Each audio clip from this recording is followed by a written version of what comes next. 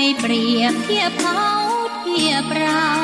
ใครมองไม่งามช่างเขาแต่เจ้าก็คือดอกบัวด้วยความสัตย์ซื่อยึดถือความดีเป็นหลักใครรักไม่รักก็ไม่จมปลักมองมัว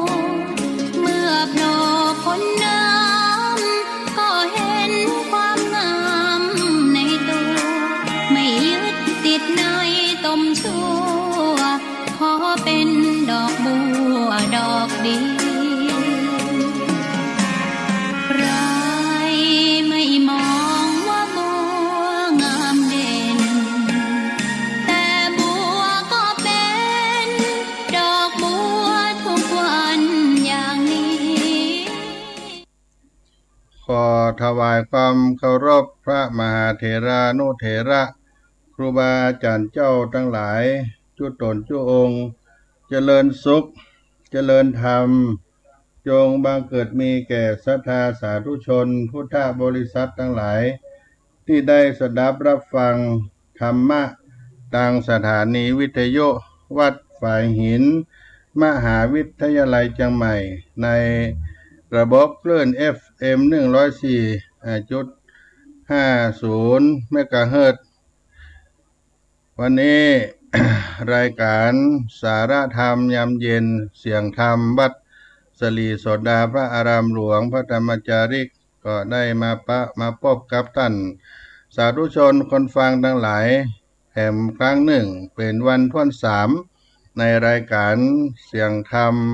วัดสลีโสดาพระอารามหลวงโดยอาตมาภาพท่านพระครูปัญญาสังฆการ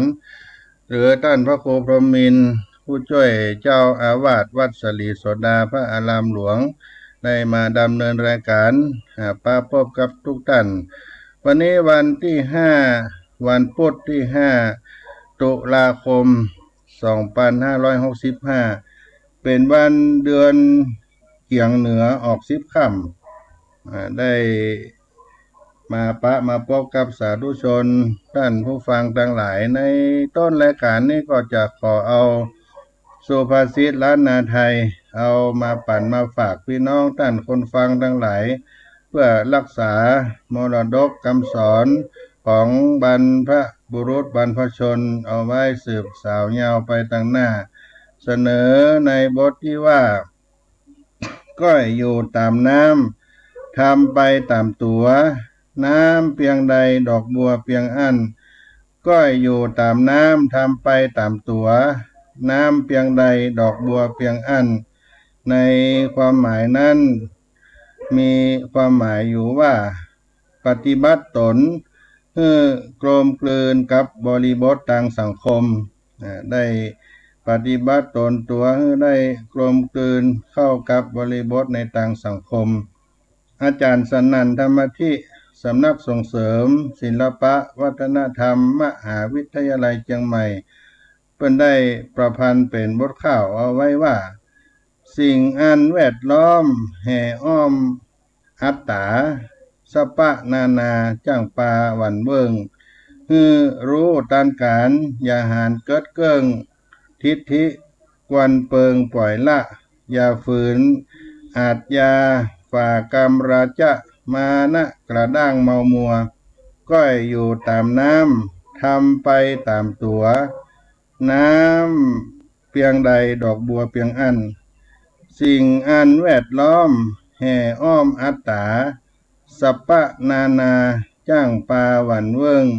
เพื่อรู้ตันการอย่าหานเกิดเกิ้งทิฏฐิกวนเปิงปล่อยละอย่าฝืนอาจยาฝ่ากรรมราจะมานะกระด้างเมามัวก้อยอยู่ตามน้ำทำไปตามตัวแผ่นน้ำเพียงใดดอกบัวเพียงอันศรัทธาญาติโยมสิ่งอันแวดล้อมแห่อ้อมอัตตาสัปปะนานาจ้างปาหวันเบิงก็จ้างได้หวันเบิงหมายถึงเอียงเพื่อรู้ตันการอย่าหานเกิดเกิ้งคือการคัดขวางอย่าให้รู้ตันการอย่าหานเกิดเกิ้งในท ทิฏฐิควรเปิงปล่อยละอันการสมควรก็ควรปล่อยละอย่าฝืนอาทยาฝ่ากรรมราจะมานะกระด้างมัวก็อยู่ตามน้ำทำไปตามตัวน้ำแผ่นน้ำเพียงใดดอกบัวเพียงอันความในข้าวนั้นก็มีอยู่ว่าสิ่งต่างๆรอบข้างบางครั้งก็นำไปให้ชีวิตเอ็นเอียงเสียหลักขอให้หูตันเหตุการณ์เข้าไว้พยายามละทิฏฐิมานะอย่าคัดขวางฝ่าฝืนผู้มีอำนาจให้ทำตัวเหมือนดอกบัวคือว่าระดับน้ำเพียงใดดอกบัวก็อยู่ระดับนั้นได้ปฏิบัติตนตัวให้ได้กลมกลืนกับบริบททางสังคมในสุภาษิตที่ว่าก็อยู่ตามน้ำทำไปตามตัวน้ำเพียงใดดอกบัวเพียงอันก็นำเอามาปั่นมาฝากพี่น้องด้านคนฟังตั้งหลายจูผู้ในคนในต้นรายการสาระธรรมยามเย็นวัดสลีโสดาพระอารามหลวงพระธรรมจาริกในเมื่อค่ำยามเย็นในวันนี้ศรัทธาญาติโยมช่วงนี้ก็เป็นช่วงที่ได้มีน้ำฟ้าสายฝนทะถังลงมาทุกหัวละแห่งทุกที่ทุกทางก็ประสบกับน้ำท่วมน้ำนองน้ำหลากหลายที่หลายแห่งก็เกิดความเสียหายทางจังหวัดเชียงใหม่ของเฮานี้น้ำเม็ดถังหลังนองขึ้นหลายเม็ด4-5 เม็ดก็ท่วมไปหลายที่หลายแห่งเข้าไปถึงสถานพุทธสถานการปฏิบัติธรรมพระเจ้าพระสงฆ์วัดวาอารามต่างๆที่ติดอยู่ลำน้ำแม่ปิงก็ได้รับผลกระทบบางที่ก็เสียหายไปก็มีหน่วยงานทางราชการศรัทธาประชาชนผู้มีจิตอาสามีน้ำจิตน้ำใจช่วยกันเข้าไปอุ้มหอบตุ้มกันได้ช่วยเหลือกันในด้านเครื่องกินเครื่องใช้เครื่องอุปโภคบริโภคก็เป็นน้ำใจไมตรีให้กันและกันก็เป็นสิ่งที่น่าอนุโมทนาชื่นชมในน้ำจิตน้ำใจของพี่น้องบ้านเฮาชาวเมืองเหนือล้านนาไทยวันนี้ทางวัดสลีโสดาก็ได้รับเป็นเจ้าภาพสถานที่การสอบทำสนามหลวงในวัดสลีโสดาเป็นแห่งที่3ของจังหวัดเชียงใหม่ที่วัดสลีโสดานี้วันนี้ก็เป็นวันที่2ในการสอบทำสนามหลวงนักธรรมจันตรีประจำปีพุทธศักราช2565ในวันที่4 5 6 7เป็นวันที่ได้กำหนดสอบทำสนามหลวงวันอังคารวันพุธวันพฤหัสวันศุกร์ก็ผ่านไป2 วันแต่ว่านี่วันอังคารที่4 ตุลาคม2565ก็ได้มีการสอบปัญหาวิชากทุธรรมและวันนี้วันพุธที่5 ตุลาคมก็เป็นการสอบวิชาปัญหาธรรมะได้ผ่านพ้นไปก็มีครูบาอาจารย์เจ้าทั้งหลายได้มา เป็นคณะกรรมาการที่เพิ่นได้มีคำสั่งจากคณะสงฆ์จังหวัดเชียงใหม่ในปี2565ก็มีกองอำนวยการกรรมการกองงานเลขาที่วัดสลีโสดาพระอารามหลวงนี่ก็มีพระเดชพระคุณอาจารย์เจ้าคุณพระราชราชมุนีเพิ่นได้มาเยี่ยมสนามสอบตะวาและก็มีท่านอาจารย์พระเจ้าคุณพระภาวนาธรรมาภิรัตน์รองเจ้าคณะอำเภอเมืองเชียงใหม่เจ้าคณะอำเภอเมืองเชียงใหม่รองเจ้าคณะอำเภอเมืองเชียงใหม่ก็ได้มาตะวาในส่วนกรรมการกองอำนวยการการสอบ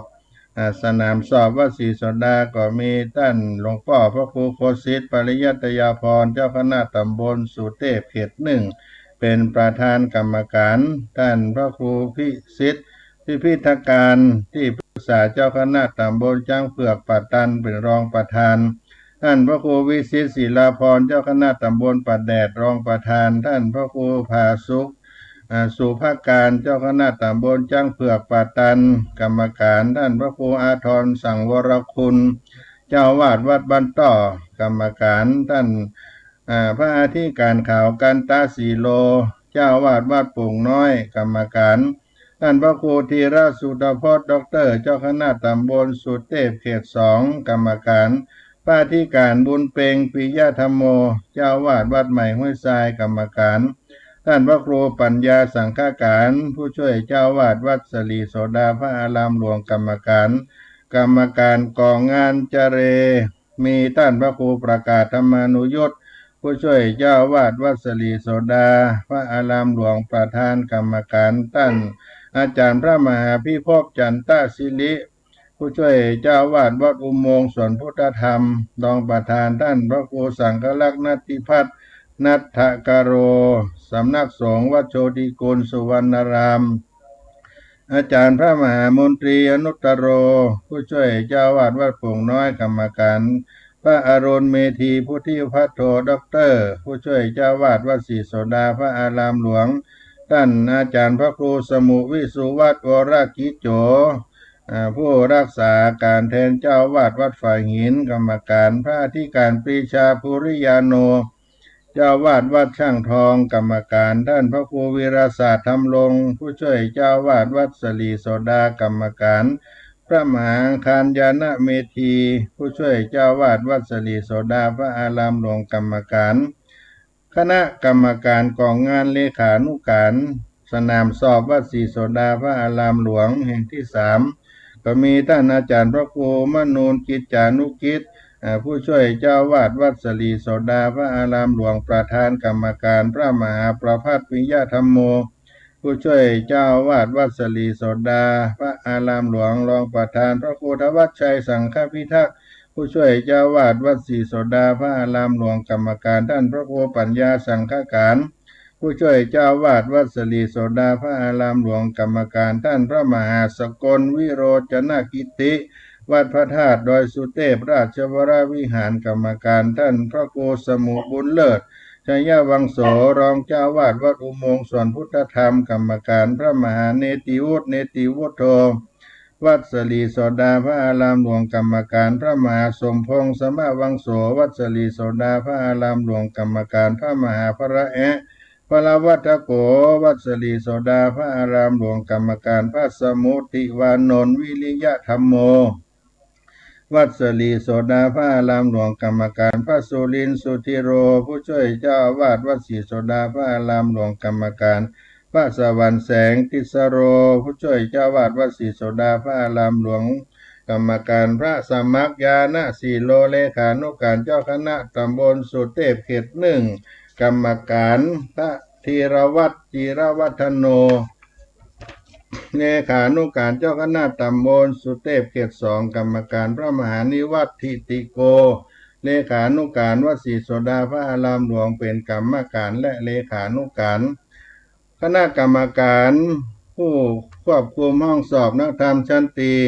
11ห้องสนามสอบวัดสลีโสดาพระอารามหลวงแห่งที่3จังหวัดเชียงใหม่ห้องที่1นั้นท่านพระครูสมุวิเชียรวชิระปัญโยเลขานุการเจ้าคณะตำบลป่าแดดพระสุธีจิตตธรรมโมวัดอุโมงค์สวนพุทธธรรม3พระนรงค์ศักดิ์ฐานะศิริวัดสลีโสดาพระอารามหลวงกรรมการควบคุมห้องสอบ ห้องที่2มีพระสนธยาปัญญาทโรวัดลำเปิงตะโพธาราม2พระวันชัยสุชโยวัดสลีโสดาพระอารามหลวง3พระวิจิตฐานุตโรวัดปุ่งน้อยกรรมการควบคุมห้องสอบห้องที่3พระวิวัฒฐานะธรรมโมเลขานุการเจ้าคณะตำบลจ้างเผือกปัตตัน2พระธินกรภูริปัญโยวัดลำเปิงตะโพธาราม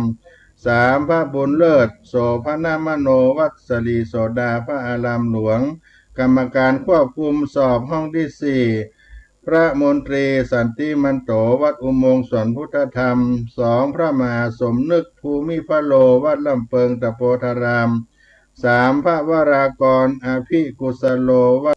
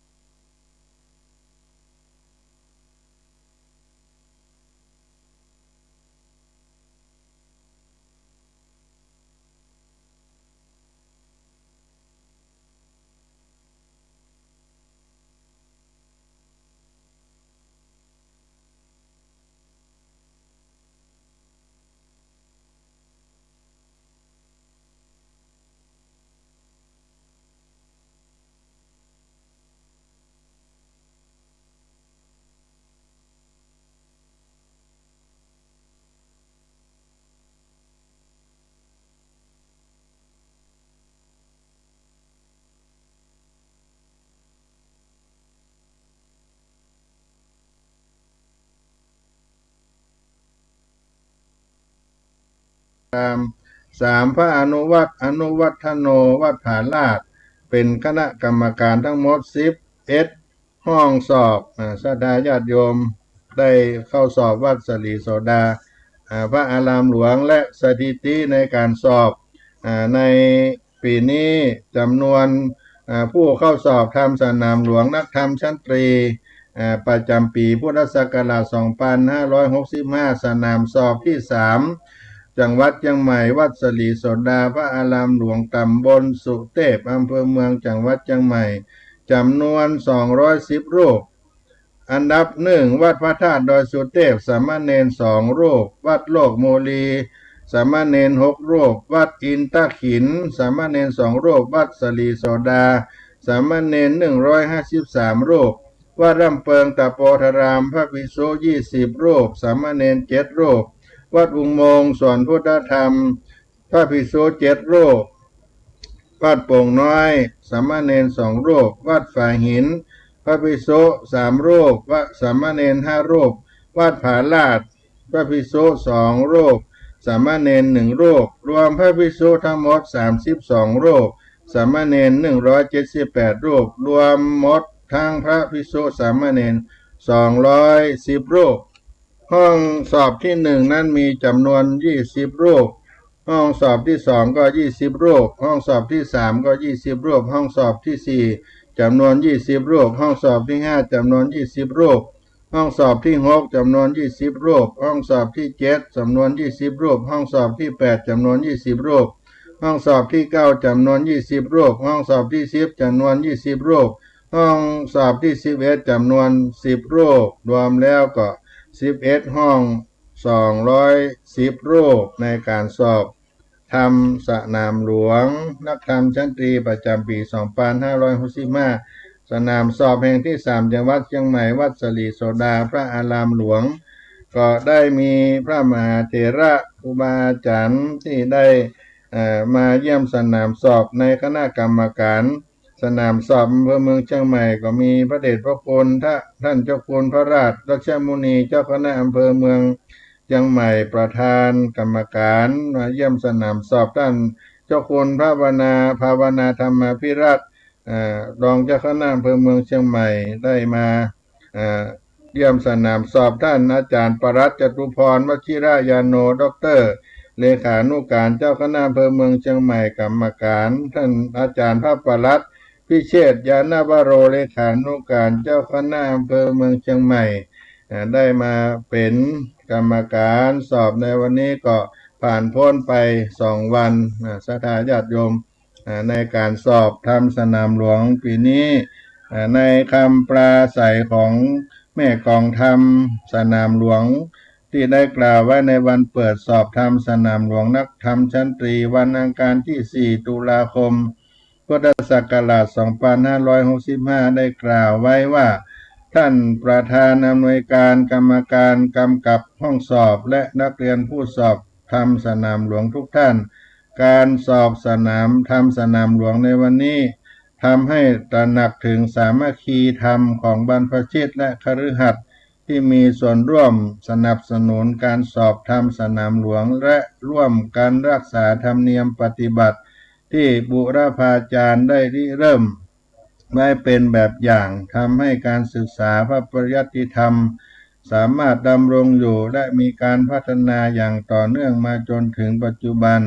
ขออนุโมทนาในกุศลกิจของท่านทั้งหลายมาณโอกาสนี้ผู้เข้าสอบทำสนามหลวงเมื่อเห็นสามัคคีธรรมของสาธุชนแล้วพึงทราบถึงความเป็นผู้เป็นที่ตั้งแห่งศรัทธาของสาธุชนจักได้เห็นถึงคุณประโยชน์ของการศึกษาพระธรรมวินัยที่ตนได้เล่าเรียนตามหลักสูตรของคณะสงฆ์และระลึกถึงพระคุณในเจ้าพระคุณสมเด็จพระมหาสมณเจ้ากรมพระยาวชิรยานวโรรสผู้ทรงรจนาหนังสือนวโกวาทอันเป็นปฐมบทแห่งการศึกษาพระธรรมวินัยด้วยซึ่งหนังสือเล่มนี้พระบาทสมเด็จพระจุลจอมเกล้าเจ้าอยู่หัวรัชกาลที่5ทรงสรรเสริญเจ้าพระคุณไว้ว่าการที่แต่งหนังสือเช่นนี้เป็นประโยชน์อย่างยิ่งและทางที่จัดให้พระบวชใหม่เล่าเรียน ซึ่งได้จัดแล้วเป็นการมีคุณแก่คนที่ไปบวชยิ่งนักความเข้าใจที่ตรงตามหลักพระธรรมวินัยย่อมเป็นหนทางนำให้สามารถปฏิบัติตนได้ถูกต้องตรงตามพระพุทโธวาทการสอบธรรมสนามหลวงจึงเป็นการทดสอบองค์ความรู้พระธรรมวินัยตามมาตรฐานหลักสูตรที่คณะสงฆ์กำหนดหวังว่านักเรียนผู้เข้าสอบธรรมสนามหลวงในวันนี้จะทำการสอบด้วยความเข้าใจที่ถูกต้องตามที่ได้รับการอบรมสั่งสอนมาแล้วอย่างดีขออนุภาพแห่งคุณพระศรีรัตนตรัยและกุศลสมบัติที่ทุกท่านได้บำเพ็ญมาด้วยดีแล้วจงอำนวยผลให้ทุกท่านได้มีความเจริญงอกงามไพบูรณ์ในพระสัทธรรมของสมเด็จพระสัมมาสัมพุทธเจ้าทวียิ่งขึ้นสืบไปตลอดกาลนานเทินสมเด็จพระมหาวีระวงศ์สมเด็จพระมหาวีระวงศ์แม่กองธรรมสนามหลวงนี่ก็เป็นคำปราศัยแม่กองธรรมสนามหลวงในวันเปิดก็ได้นำเอามาอ่านให้พี่น้องท่านผู้ฟังทั้งหลายได้รับทราบได้อนุโมทนาในการสอบตามที่เพิ่นได้ปราศัยไว้ในแม่กองธรรมแม่กองธรรมสนามหลวงในวันนี้ก็สำเร็จไป2 วันที่ผ่านมาก็ได้รับความร่วมมือจากคณะสงฆ์และผู้เข้าสอบทุกท่านเพื่อเป็นการวัดผลความรู้ที่ได้ข้ามเดือนมาโดยเฉพาะในช่วงเข้าพรรษาก็มีพระนวากาภิกษุที่ได้บวชจำพรรษาได้มีโอกาสได้สอบธรรมสนามหลวงในนักธรรมชั้นตรีไปด้วยก็เป็นวันการวัดความรู้ในวิชาปัญหากระทู้ธรรมปัญหาวิชาธรรมะปัญหาวิชาพุทธประวัติและก็ธรรมวินัยที่จะสอบไปแถม2 วันก็อนุโมทนากับผู้เข้าสอบทุกท่านทุกคนไว้ในโอกาสนี้ด้วยสนามสอบวัดสรีโสดาพระอารามหลวงอันมีพระเดชพระคุณหลวงพ่อพระเทพโกศลเจ้าอาวาสวัดสรีโสดาพระอารามหลวงที่ปรึกษาเจ้าคณะจังหวัดเจ้าคณะภาค7ก็ได้รับเมตตาธรรมให้ความสะดวกแก่คณะผู้เข้าสอบทุกท่านทุกคนทุกวันในการสอบวันที่4ถึงวันที่7เวลาเที่ยง30 นาทีก็จะได้รับโอวาทก่อนเข้าสอบทุกวันใช้เวลาสอบเป็นเวลา3 ชั่วโมงตั้งแต่13 นาฬิกาไปถึง16 นาฬิกาเป็นการสอบ4 วันในการสอบทำสนามหลวงในระดับนักธรรมชั้นตรีในปีนี้ก็ขออนุโมทนา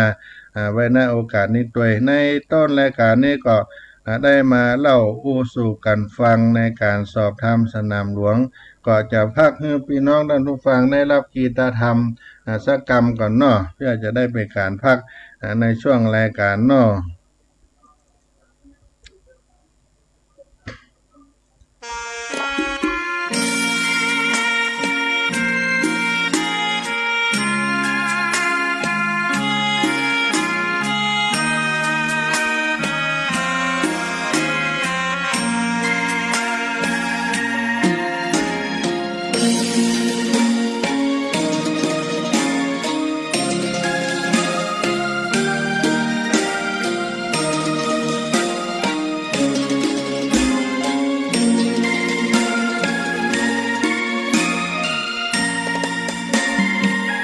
ดอกบั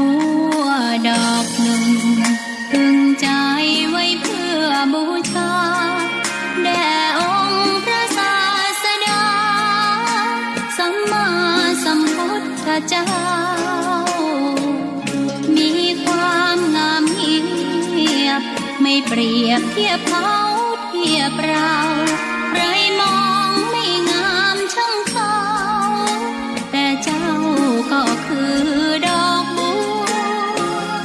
ด้วยความสัตย์ซื่อ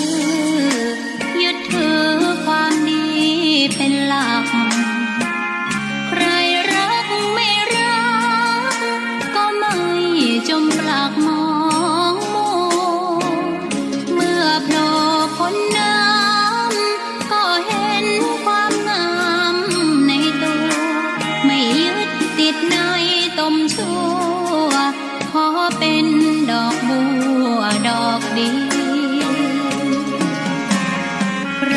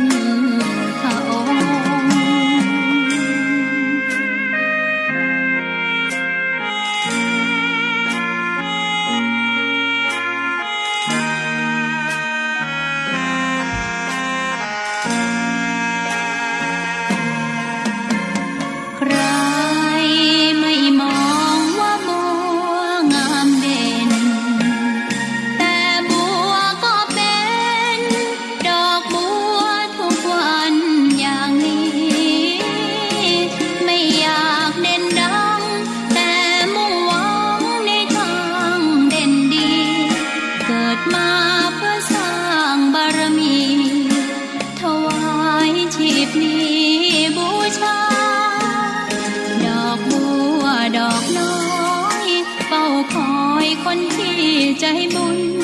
มาโอบเอื้อเกื้อกูลรู้ค่าของบุญเก็บบัวขึ้นมาเพื่อสร้างความดีและสร้างบารมีดังว่าใช้ดอกบัวนี้บูชาพระสัมมาสัมพุทธเจ้า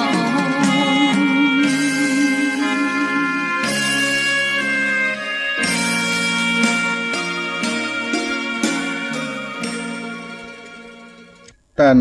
ผู้ฟังทั้งหลายวันนี้ในการสอบปัญหาวิชาธรรมะนักธรรมชั้นตรีในวันพุธที่5ตุลาคมซึ่งมี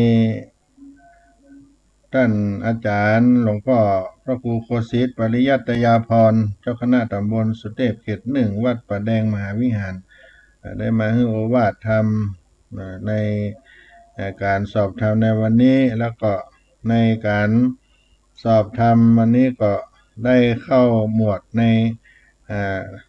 เรื่องของสติในสติเป็นอย่างใดแปลว่าอย่างใดเพราะเหตุอันใดก็ตรงกับข้อสอบพอดีแล้วก็มีธรรมะที่บุคคลให้เกิดความงามคือทำอะไรที่ตั้งแห่งการทำบุญเรียกว่าอะไรหลายๆข้อแต่ข้อหนึ่งก็เรื่องของสติที่ตรงกับหลวงพ่อได้ให้โอวาทได้เข้ากับข้อสอบพอดีเรื่องของสติสัมปชัญญะญาติโยมก็เป็นธรรมะหมวดหนึ่งสติสัมปชัญญะในการศึกษาของเฮานั่นตลอดมานับเป็นปันปีผู้ใฝ่การศึกษาแต่ละยุคได้มองหันตรงกันว่าแท้ที่จริงแล้วความสงบสุขของผู้คนทั้งโลกต้องเกิดจากความสงบสุขของโลกใบน้อยๆก็คือกายและใจของตนเองก่อนเพราะฉะนั้นถ้าทำให้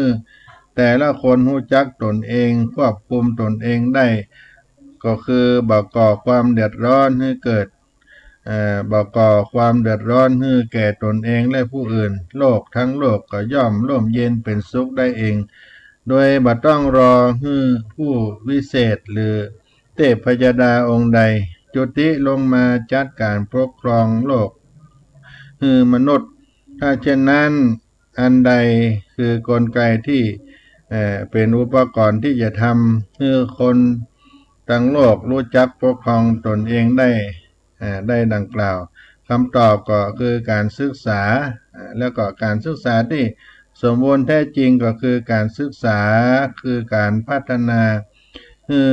ผู้คนแต่ละคน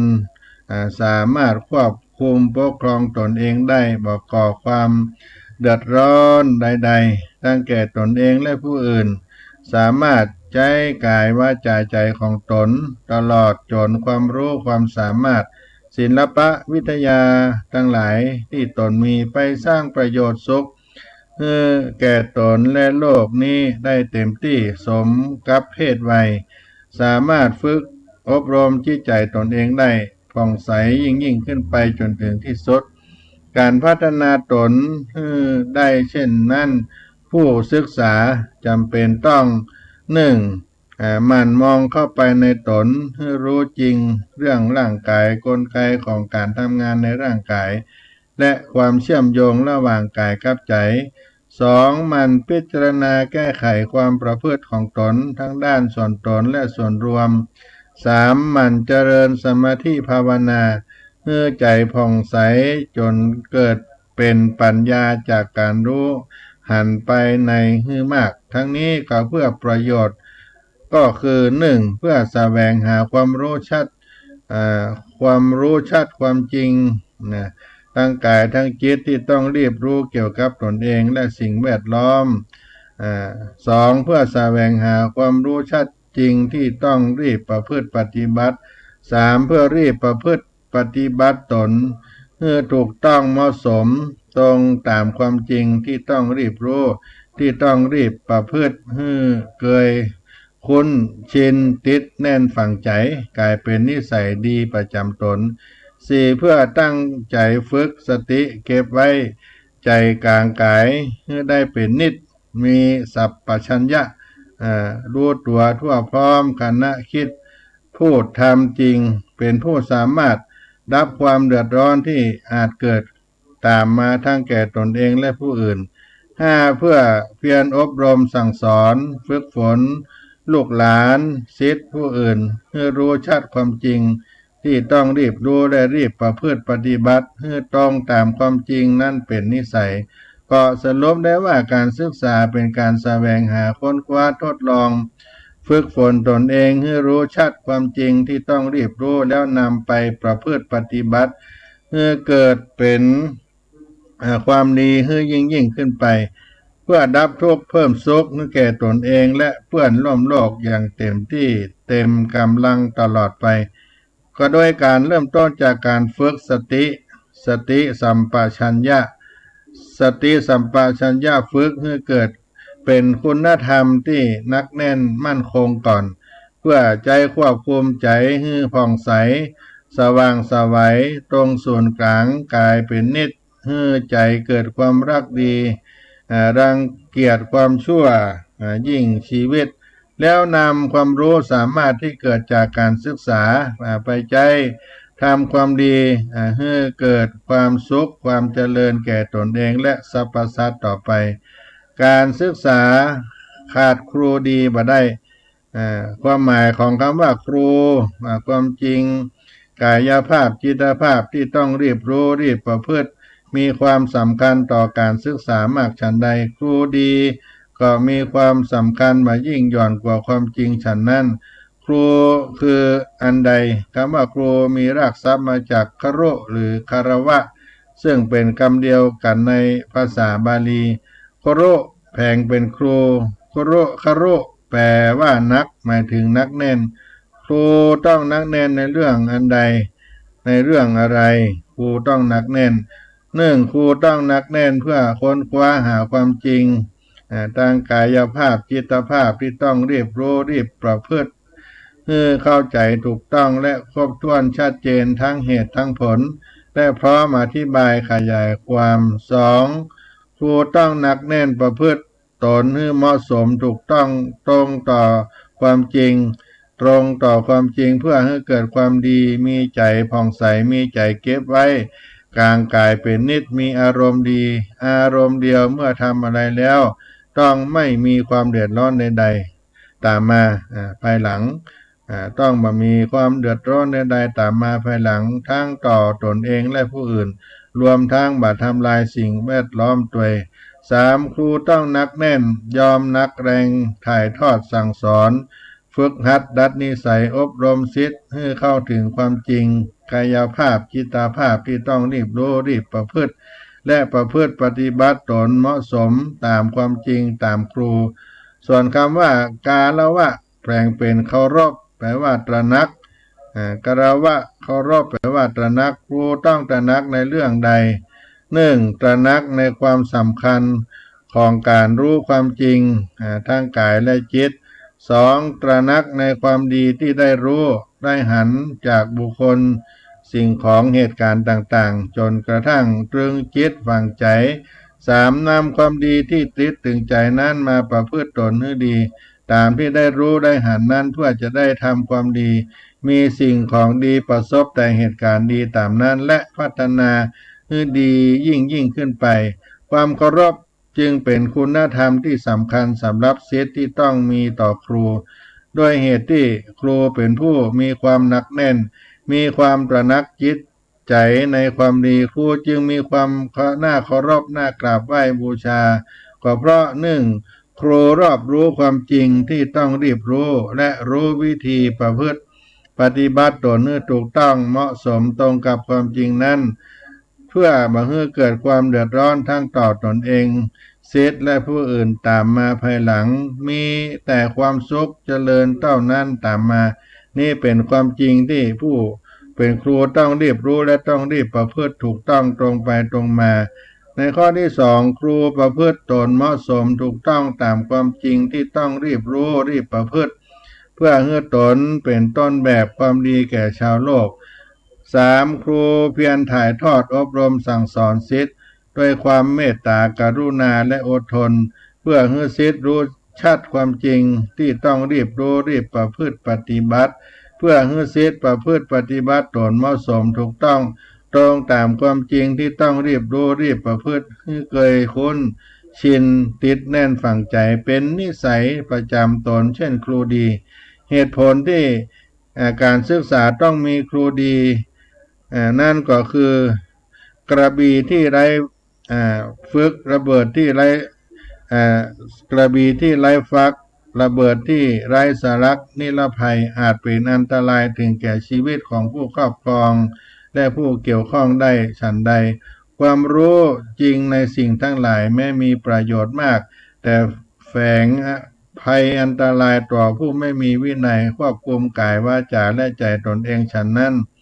วินัยที่ใช้ควบคุมกายวาจาบ่ให้ไปทำความเดือดร้อนตนเองและผู้อื่นสำหรับบุคคลทั่วไปก็คือศีลห้าในวันธรรมดาศีลแปดก่อนในวันอุโบสถศีลห้าในวันธรรมดาและก็ศีลแปดในวันอุโบสถหรือวันพระสำหรับสามเณรก็ถือศีล10พระภิกษุก็ถือวินัย227ส่วนวินัยสำหรับควบคุมจิตใจบ่ให้ไปคิดร้ายบ่ให้ไปนำความรู้ไปใช้ในทางที่ร้ายแต่ส่งเสริมให้นำไปใช้ในทางดีหรือทำความดีนั้นก็คือสติสัมปชัญญะเหตุดังกล่าวนี้ผู้มีความรู้เชี่ยวชาญศาสตร์ต่างๆนับแต่โบราณกาลจึงระมัดระวังมากนอกจากบัดใช้ความรู้ความสามารถในศาสตร์นั้นๆไปทำความเดือดร้อนแก่ตนเองและภัยที่ไหนแล้วยังระมัดระวังในเรื่องการถ่ายทอดความรู้ให้ศิษย์หรือคนอื่นต่อไปด้วยว่าต้องเป็นผู้ได้รับการฝึกเพื่อมีสติสัมปชัญญะมั่นคงมากพอเพื่อเป็นการกำกับการใจความรู้ของท่านก่อนจึงถ่ายทอดประสิทธิ์ประสาทความรู้ให้แก่ผู้นั้นโดยถือว่าเป็นการเปิดนรกเปิดสวรรค์เบิกทางแห่งความสุขความเจริญให้แก่ศิษย์นั้นด้วยหัวใจสำคัญของการศึกษาโดยเฉพาะยิ่งการศึกษาของชาติจึงอยู่ที่การพัฒนาผู้เรียนหรือประชาชนทุกคนในชาติเพื่อสามารถประคับประคองใจควบคุมใจตนเองและใจลูกหลานตัวน้อยๆของตนบ่ให้แวบหนีเที่ยวออกไปนอกกายตั้งแต่เล็กด้วยวิธีการเหมาะสมโดยการฝึกให้ด้วยการฝึกอันใดพ้องคือมันมองเข้ามาในตน2มันพิจารณาประพฤติปฏิบัติตน3มันเจริญภาวนามันมองเข้ามาในตนที่เขาได้ฝึกได้ปฏิบัติฝึกให้มันมองเข้ามาในตนก็เพื่อความรู้เพื่อความรอบรู้ความจริงมันพิจารณาประพฤติปฏิบัติตนว่าตนได้นำความจริงที่ต้องรีบรู้และต้องรีบประพฤติที่เรียนจากการศึกษามาปฏิบัติให้เกิดเป็นนิสัยดีๆซึ่งเป็นการแก้ไขนิสัยที่บดีเดิมๆและก็เพิ่มพูนนิสัยดีๆให้เกิดขึ้น3มันเจริญจิตภาวนาให้ใจหยุดนิ่งในตัวได้ครั้งละเมินเพื่อให้ได้รู้ตนเองว่าใจเฮานั้นได้บริสุทธิ์ผ่องใสในกลางกายได้ดีเพียงใดก็จึงเป็นการหลอมละลายความรู้วิชาด้านต่างๆจากการศึกษามาใช้ให้เกิดประโยชน์ต่อตนเองในชีวิตจริงทั้งที่บ้านทั้งที่โรงเรียนการศึกษาอันเหมาะสมกับเพศกับวัยความรู้วิชาการความประพฤติปฏิบัติทางกายวาจาและสติสัมปชัญญะที่มั่นคงสำหรับความรู้ใจจึงได้รับการหล่อหลอมเมื่อเกิดขึ้นภายในเยาวชนประชาชนทุกคนเพื่อให้เป็นทั้งลูกที่ดีของพ่อแม่เป็นศิษย์ที่ดีของพ่อแม่ผู้ปกครองที่ดีของลูกและเป็นพลเมืองที่ดีสำหรับการพัฒนาประเทศชาติต่อไปนี่ก็เป็นการศึกษาที่มีครูดีครูให้คำแนะนำแก่เฮาด้านทั้งหลายวันนี้สติสัมปชัญญะก็เป็นรากฐานในการศึกษาที่แท้จริงสำหรับสติสัมปชัญญะนั้นเป็นคุณธรรมกำกับใจของครูดีและศิษย์ให้อยู่ภายในกายใจจริงผ่องใสมีพลังที่จะ คบคิดกระทั่งรู้ชัดความจริงในกายในจิตต้องรีบรู้รีบประพฤติเมื่อต้องประพฤติปฏิบัติก็มีสัมปชัญญะรู้ตัวทำอย่างเหมาะสมรอบคอบถูกต้องตรงตามความจริงทำด้วยใจที่เบิกบานใจชื่นบานอารมณ์ที่ดีการรู้ความจริงก็ยิ่งชัดเจนแจ่มแจ้งเพราะได้รู้ได้ปฏิบัติได้หันด้วยตนเองความในใจความมั่นใจในความจริงก็รีบรู้รีบปฏิบัติประพฤติก็ยิ่งมั่นคงหันด้วยใจตนเองที่ผ่องใสว่าสติสัมปชัญญะเป็นคุณธรรมเบื้องต้นเป็นด่านแรกที่จะนำไปสู่ความจริงทางโลกและความจริงเหนือโลกการศึกษาที่แท้จริงเกิดขึ้นเมื่อมีครูดีศิษย์ดีเพราะต่างเป็นผู้รักการฝึกตนเองเมื่อมีสติสัมปชัญญะนั่นเองอีกทั้งอยู่ในสิ่งแวดล้อม5ที่สะอาดเป็นระเบียบก็คือสิ่งแวดล้อมที่เป็นธรรมชาติสิ่งแวดล้อมที่เป็นสัตว์สิ่งแวดล้อมที่เป็นคนสิ่งแวดล้อมที่เป็นห้องเรียนอุปกรณ์การเรียนการสอนครบ